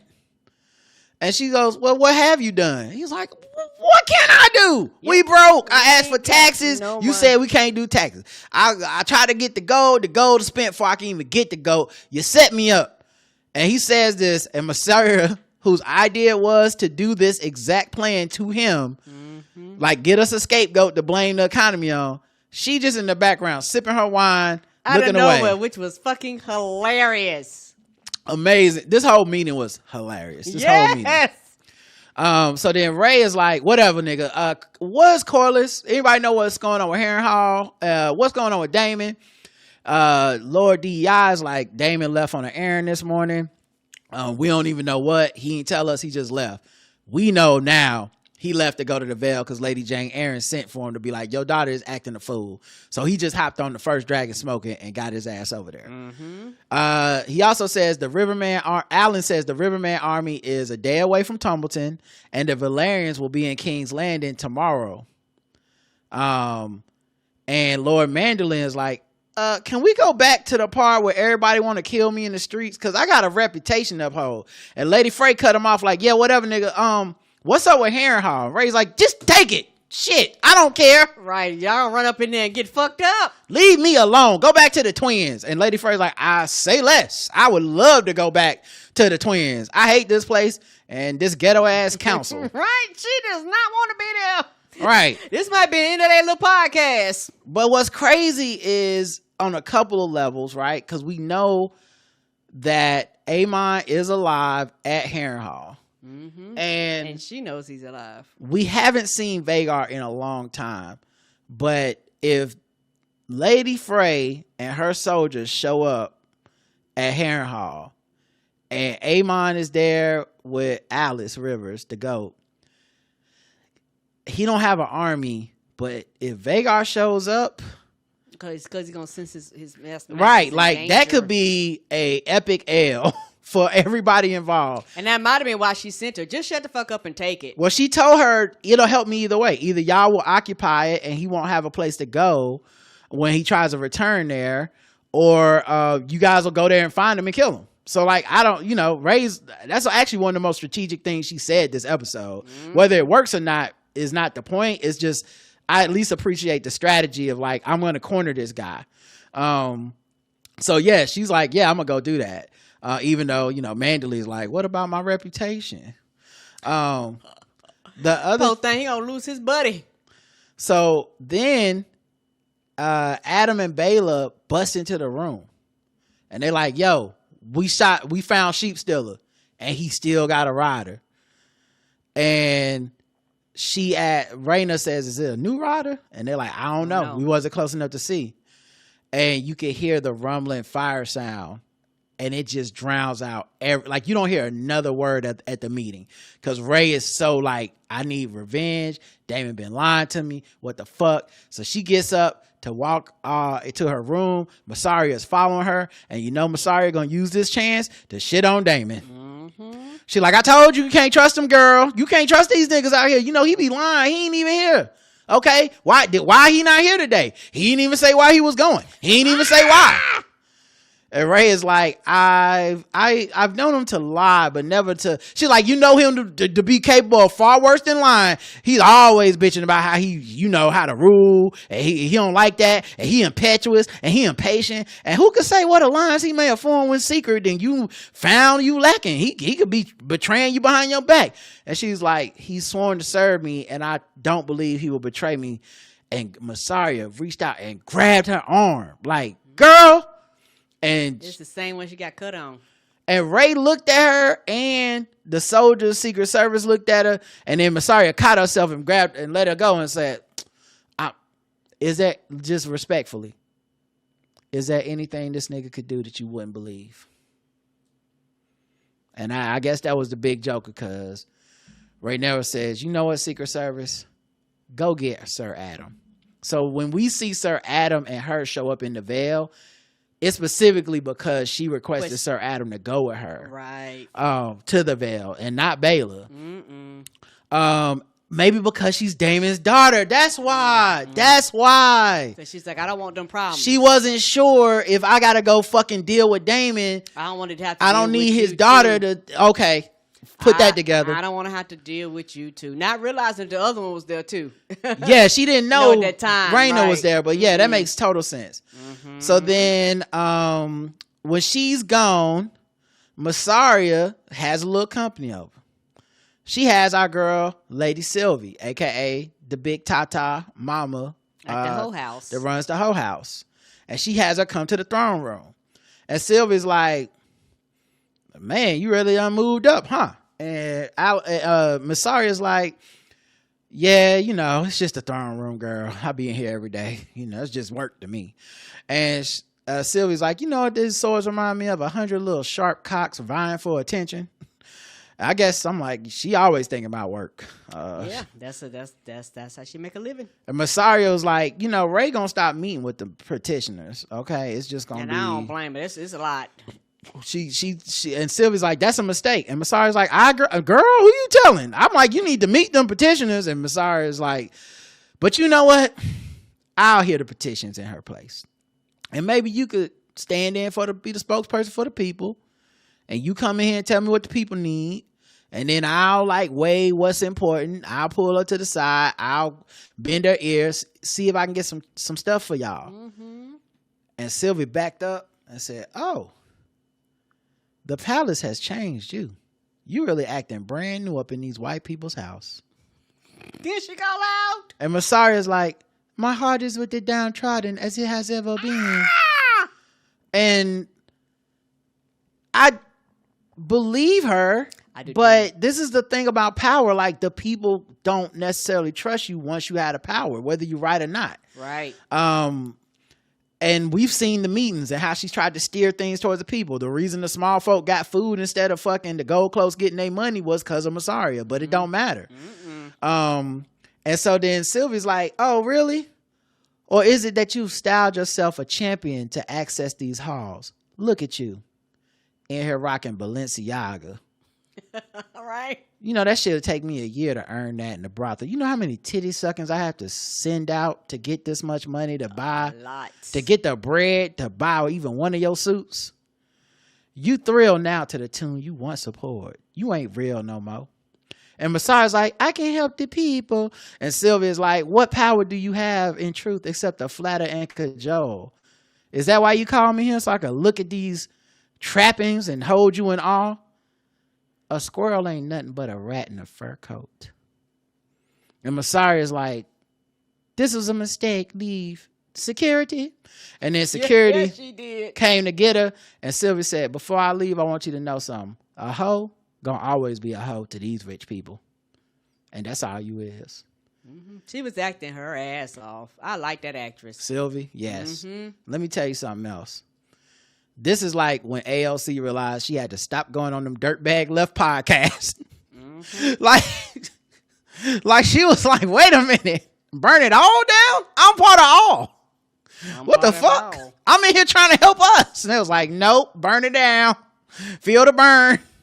Fuck Medicaid for all. Shut the government down tonight or you ain't real. We don't have no plans except give to my Patreon and sign up for my podcast. Right. Stupid. Yeah. And I do like this tension because I think Massaria could easily be seen as just like the populist person who's trying to help the people in the streets at all times. But really, she is in the halls of power and she is manipulating these people in what she sees fit. And what she sees fit, it does determine what the people experience out there. And at the end of the day, she doesn't really have that much power, and we'll get to it. So Ray arrives back from her trip to the Vale, and she tells him, put Raina in her room. Like, get your ass in your room, okay? Get out of my face. You want to have big fun. Damon comes into Ray's room when her handmaiden is doing her hair, and Ray is like, the handmaiden gets ready to leave. She says, no, stay. And Damon's like, he's real soft. Like, he's real gentle. He's like, baby, you had to see, like, that's my daughter, you know? And she was just trying to impress you. She didn't know the dragon was wild. It was going to get Jace killed. And she's like, you see that skull over there that I've made into a paperweight on my coffee table? Which is some sick shit. These are some sick people. Anyway, she's like, you know how many times I looked at that skull? Like, at least I got the nigga that killed my son. And you was lying the whole time. And he moved in and caressed her face. And he's like, Ray, come on, girl, baby, don't be like this. You know, I would never betray you. I was doing it to help us. And it's my daughter. And you know, I've been a bad father. I'm trying to make up for it. Yeah, she was hurt. But when she was talking to Masari, she was like, whatever it is, it has to be a good reason. Like, he not doing this. Yeah, she goes to Masari after this, but yes. Just because, right? So then Raina is like, it's late, and turns her head away, and then Damon leaves. And the whole time the like handmaiden was in there like, And then we cut to Raina, who is sitting up in her what do you call it? Sitting up in the room that they put her in. And Bayla comes in. And Bayla sees her sister sitting up there looking sad by the fire. Right. And she's like... And she probably literally been worried to death about her, even though, you know, she's far away. She was like, we're not together no more. And Bayla whispers... I mean, Raina whispers at this point. She's so weak and sad. She's like, I'm sorry. It's my fault. You would have been the queen. I fucked everything up. And Bayla says, enough! And goes to her sister and puts her head in her hands of her newly relaxed hair that's starting to set in the relaxer. And she says, you will begin anew. Because they still sisters and she still love her, regardless of her killing her husband. She does. Black women, y'all. And she can't bring her back. She can't bring Jace back. Shout out to black women.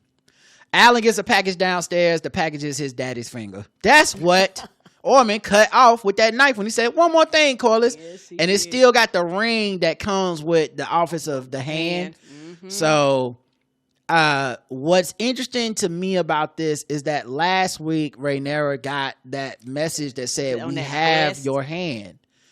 And did she tell Alan? Does he know? It didn't seem like it came up. No, or did she get it when he was gone to go find his daddy? Right. And how will Alan react to this? Because there's a version of this where I could even see this being used to make Alan betray them.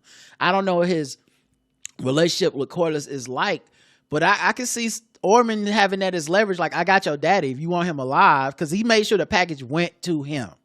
Specifically like, to him. Not like last time I went to Rhaenyra, because Lord DEI found it. This time it goes to Alan. Is there leverage with that? Like, you want your daddy back, betray the queen. Because his whole plan is like, the Valerians, I don't even want them coming to King's Landing. Or what if worse? He's like, I want y'all to come to King's Landing and take it over for me. Or else your daddy dead. Now they not close, so maybe it won't work, but still, it's interesting. Mm-hmm. So then Ray gets out of, and then we get to Helena having a dream. This dream was weird as fuck. She's giving birth, but the baby gets handed over to a king's guardsman. Like, she don't even get to have her baby. I felt like when I'll do the whole dream and come back, but I'll tell you what I think happened. Then she pictured herself on Dreamfire, back in the throne room, or just one of these like rooms, and the people were storming the palace. And then she says, Dracarys. By the way, Dreamfire looks lit. Yeah. It's blue. It got horns all over it. Beautiful dragon. Damn, that dragon look lit. But yeah, so then she dreams that she burns everybody down, but we know she's peaceful and she wouldn't want to do that. Mm-hmm. And finally, in a field, we see her raising chickens like she said she wanted to do when Alicent talked about them escaping. Sunny and shit. It's sunny. Her kids is out there with her. The gray horses in the background. But suddenly, the eclipse happens. It gets dark. She stands up. Snow falls from the sky. And then, I was like, winter is coming. Exactly. It's the winter is coming dream that a lot of the dreamers have. And then she wakes up. Mm-hmm. Or that's the end of the dream. I think this was like three different versions of like how her life could have been, kind of. Mm-hmm. Like, I could be here stuck giving birth to a baby that I'll never get to see, that's just a hostage in the castle. I could see myself on the throne, and I could have been, or just a dragon rider who was conquering and fighting. I could see myself just escaping, living in a peaceful field with my kids, not my mama, and just trying to live my life. But winter is coming, and all this shit is fucked up anyway. Mm-hmm. Ray gets out of bed. She can't sleep. She goes, throws the skull in the fire. She's so mad. And then she heads over to Massaria room to commiserate about Daemon. And she kind of went in and seemed like maybe even to argue with her. Like, well, he was trying to protect his daughter, so like, what the fuck? Like, you was wrong. But Massaria's like, see, the nigga betrayed you, girl. I tried to tell you. But Ray was like, nah, it was for his daughter. It wasn't really betraying me. And Massaria's like, this time. But doesn't it prove that he's willing to deceive you if necessary? And Ray's like, you do the same shit. Massaria's like, what? I have only ever tried to help. And she was like, Ray is like, nah, you be pushing me towards like your vision of the kingdom, trying to make me in your image. And Massaria's like, you told me to help you rule in the way your daddy would, and that is how I'm doing my job. And Ray is like, and how is that working out? Do it seem peaceful, all this helping the people shit? Or do it seem like this is hard as fuck and I'm losing this battle? It's very hard. You know, my father wasn't a dreamer, but his whole life was a dream. And Massaria's like, he's out there playing, making Legos. Right. Massaria's like, and also it wasn't a dream. His life sucked in some areas. Mm-hmm. He lost his wife. That was his true love. He fucking got whatever that, like, tetanus from the fucking throne. Like, anyway, Massaria's like, don't lose faith, girl. Just stay the course. You almost there. This the turning point. You right at the precipice. And everybody that oppose you, they gonna fall away. And even Amon damn near dead. And you got this, boo. Okay, you gonna be queen for many years, and then your children gonna be the queens and children after that. You just a little longer. Okay? Don't give up just yet. We can do this shit together. And Ray is looking like, you know, a little bit disturbed, but she says, Masari, do you think I'm worthy? And she said, in this moment, my queen, I mean, Rhaenyra, I haven't ever been more certain of it. You trying to scissor? And then they just go to scissoring town, okay? And let me tell you something.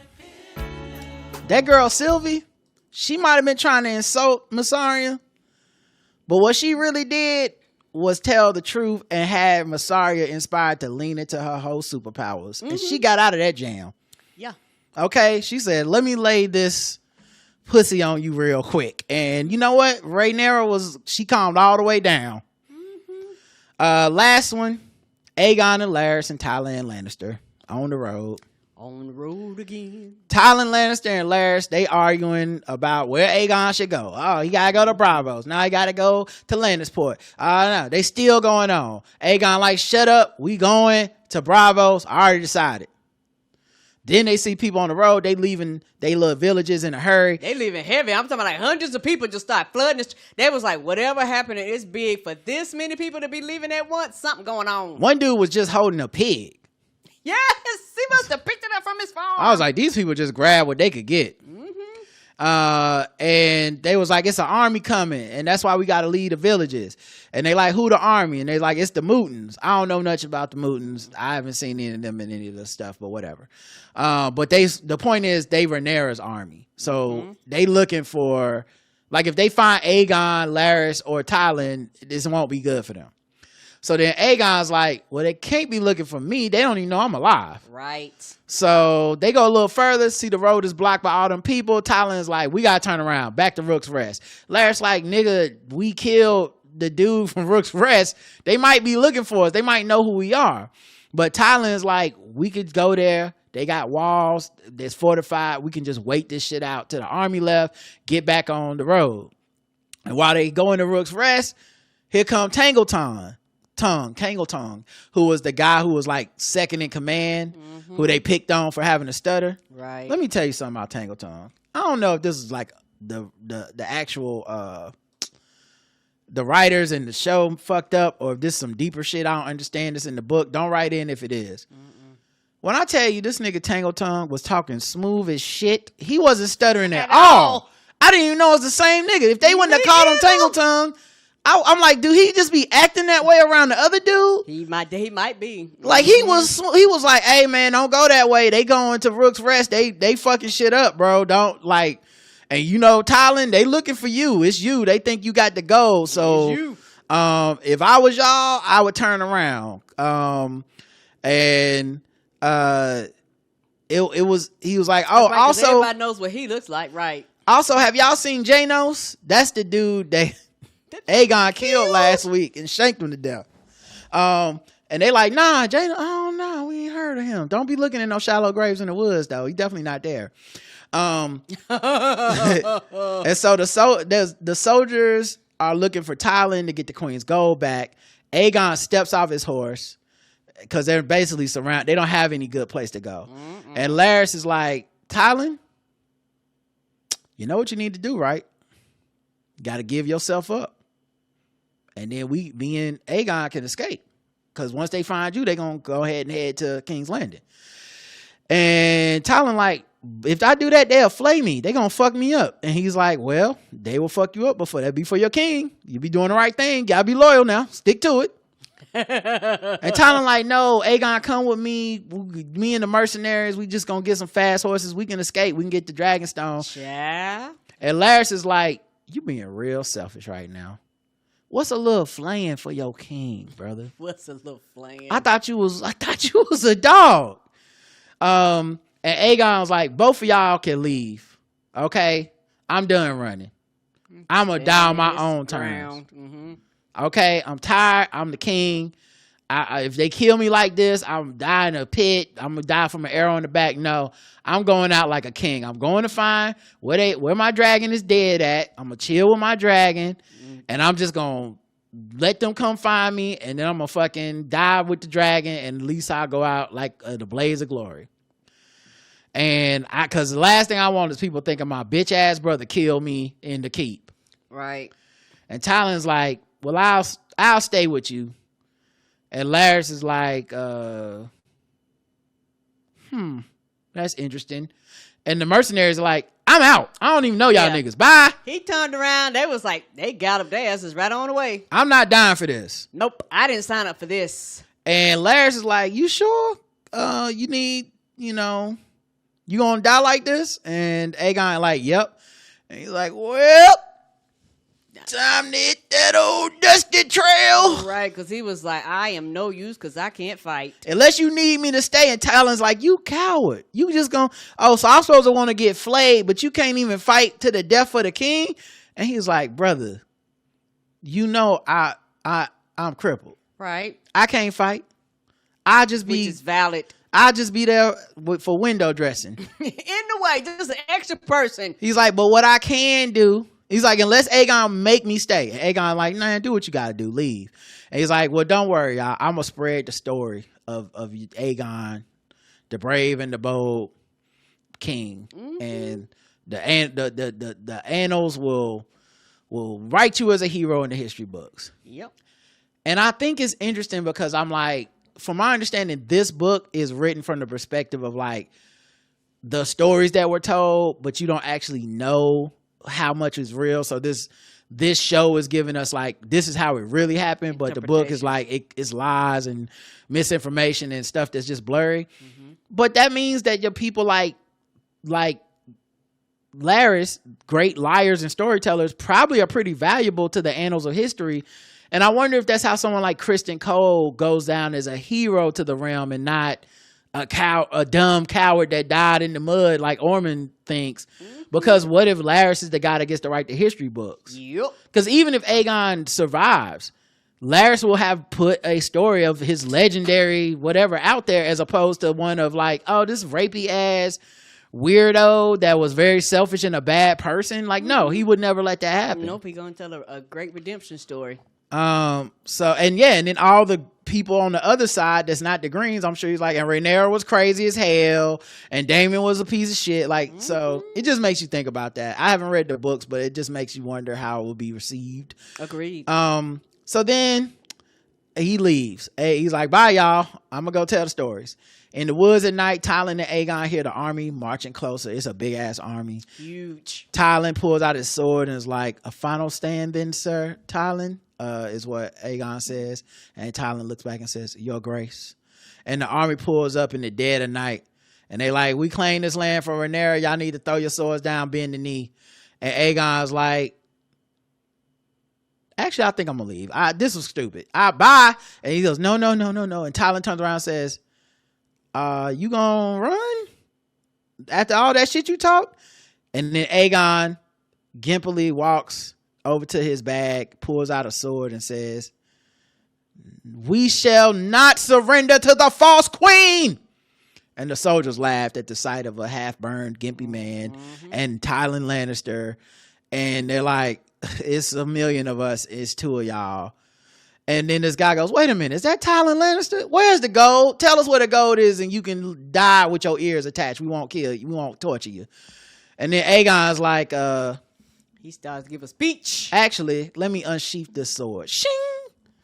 And he goes, behold me now. I am Aegon Targaryen, Viserys' true heir, the sixth king of the Andals, the Rhaenyra, and the first men.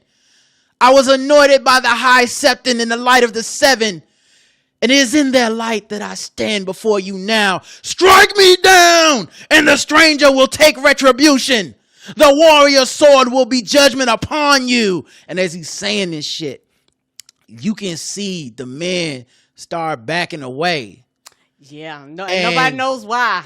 You I was hear, like, is it from the speech? And I was like, it can't be from the speech. you hear horses neighing, and you hear a loud rumbling in the background, which could be like special, like for effect to make the speech sound more grandiose. Right. But then finally, as he gets to the crescendo of the speech, you hear an unmistakable growl of a fucking dragon. Mm-hmm. And he still don't hear it. He's No. like, because he's yelling, and he's like, yes, cowards, you might well retreat, because he think they just scared of him. Yes. Because he on that Braveheart. And he says, because now you see me as I truly am, dreadful in vengeance, righteous and glorious.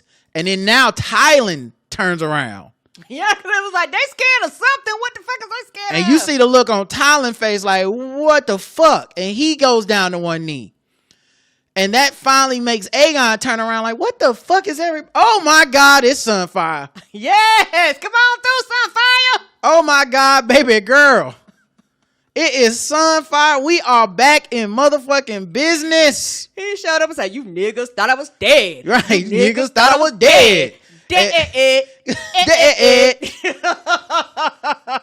Yeah, he did. Listen, and he goes, Sunfire.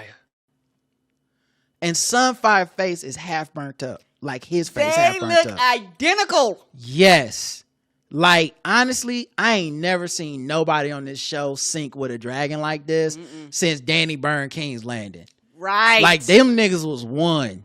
That, like, what 100% synchronicity rate was completed. Sunfire was like, my master is screaming. What is happening out there? And so he goes, Sunfire, Dracarys. And the dragon burns the soldiers. And Aegon yells. And then he starts laughing. Yes, he like the Joker. Mm-hmm. Like Two-Face. A mad laugh. Yes, like he's a Batman villain. And Tylan had to take a knee to keep from being burned up. And Aegon's mad laughter just carries into the night. It was, he's back. The return has happened.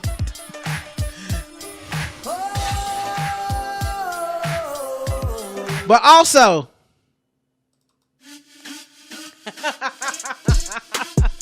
and most importantly, I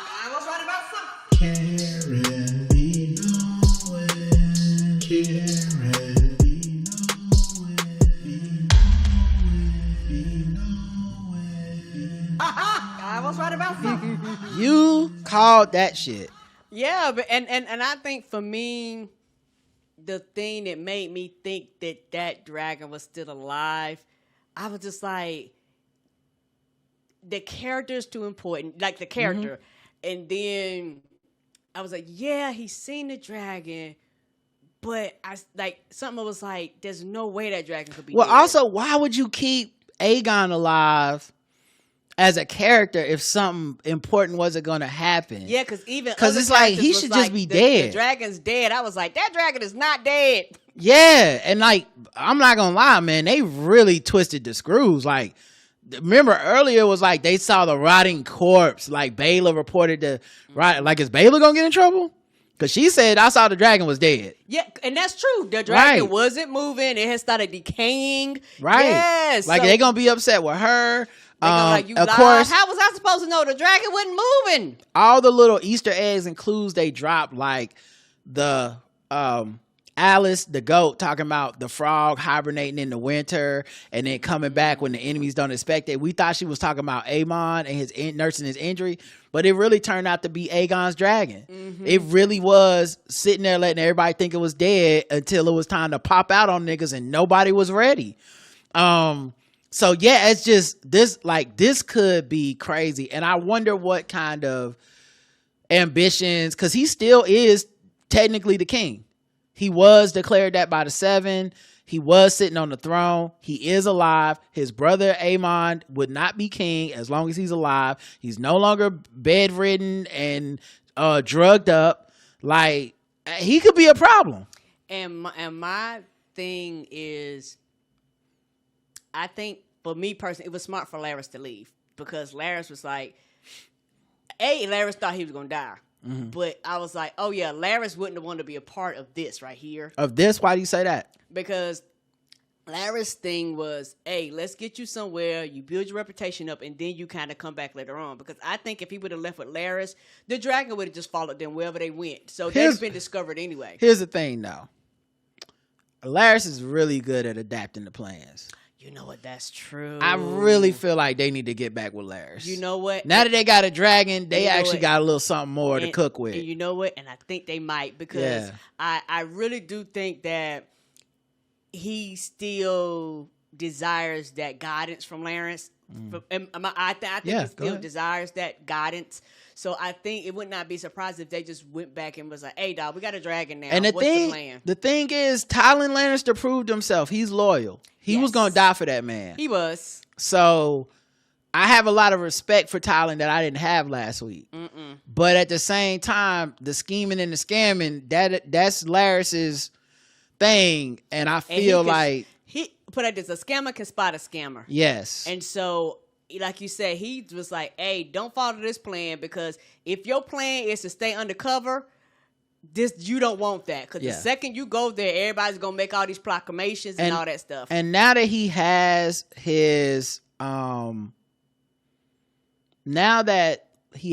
dragon, everybody going to know you're alive now. Now that he has his dragon, and Ormond is this chess piece in Tumbleton that's drawing all of Rhaenyra's attention. And maybe the Valyrians don't come to King's Landing and protect it. Maybe Aegon goes to King's Landing somehow. Maybe he gets some troops together or something, rallies a group. I don't know. It's going to be interesting. What are you looking forward to next week? Next week? The finale. I'm looking forward to whatever battle we're about to have, and I think this is gonna be like the big battle, not like the one, the smaller version we had from. But this is one, because they normally have one massive battle each season, just about. So I think this is going to be a big one. So it's going to be interesting to see what's up with Ulf. Is Ulf going to go in with them and then just turn on them in midair, or something like that? Or is Ulf just not going to be there? He's just going to pop up on That's the what I'm side? saying. Like, is Ulf going to betray him in the middle of the battle? Is he going to not show up? Like, so you know, it's one of the things where I go, you know, he'll fuck around and you lose several dragons because he just turns on them. And who else is going to be at the dragon fight in Tumbleton? Who's going to be at King's Landing? Is Rhaenyra leaving the castle? Is she going to be at the castle undefended, unguarded? Can Ulf sneak into the castle, or just Snoke go in there and stab her to death or something? There's just so many. I don't know what they're going to do next week. And I'm so excited. I'm on pins and needles because I can't wait to see how they finish out this season, because it's so many directions they could go. Yeah, and also it's one of those things where we don't know if Corlys's son told her about the finger. I think he's going to tell her. I do. We'll see. But I think he would. But what if, like I said, it's weird that we never had a scene of her saying they've kidnapped Corlys. You know? Like, it's just weird. Like, in that meeting, I can't remember nobody knew what all she brought up, but in that meeting, she brought up... Because I don't think that she really understood what that message meant, or at least they didn't portray that... No, she understood. There's nothing else it could mean. I mean, but it's like, when I mean understood, did she know he was kidnapped at that time? She had to. What else could the message mean? Oh, but she just didn't know who. That makes sense. No, she knows it's Ormond. Like, who else would have him? I truly think she knows Corlys is kidnapped and they got him. Maybe she don't know he's in Tumbleton, but she know they would not send a letter to say we got your hand, to be like, oh, we was like, oh, it could mean anything. And the finger was proof we wouldn't lie. And the proof, the finger was sent to the son, not her. Right. So, like, could there become a schism of, hey, so they had my father and you didn't say nothing last week? Because I don't remember a scene of her saying they got your daddy and them having any form of communication. Yeah, I don't even. There's like, it hasn't even crossed it. Like, we got to go in Tumbleton and make sure we save Corlys. Like, there's just no mention of it from her. So it just matter of fact, she says, do we have word from Corlys at the meeting, as if they're still expecting Corlys to give an update or something. Right, so I don't know if it was like word from Corlys, like, Do we have word of his kidnappers? Because it didn't sound like it was that. Right. So that's why I'm very, because they didn't make it clear. So I don't know what's happening here. So you got it and you just act like everything was okay? That's what I'm saying. That I don't know. sense. I don't know. We'll find out next week because Yes. I could just see that being an issue since they didn't cover it in any They did specificity. Why is he getting this thing? And it's almost like he's treating it like a surprise.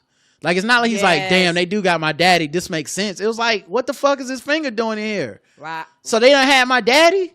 And you wasn't going to say shit? Yeah, I could see that being a schism. Yes. Yeah. I just convinced our dad to send our men up here. And now they got him. And Orman is already hinting that he's going to use this leverage to keep the Valerians from protecting King's Landing. So I'm looking forward to all that. This was fun. Thank you, guys. We'll be back next week as long as the internet is on. Until next time, I love you. I love you too. Mwah. Bye, everybody. Hope you had a good time. Talk to you next time.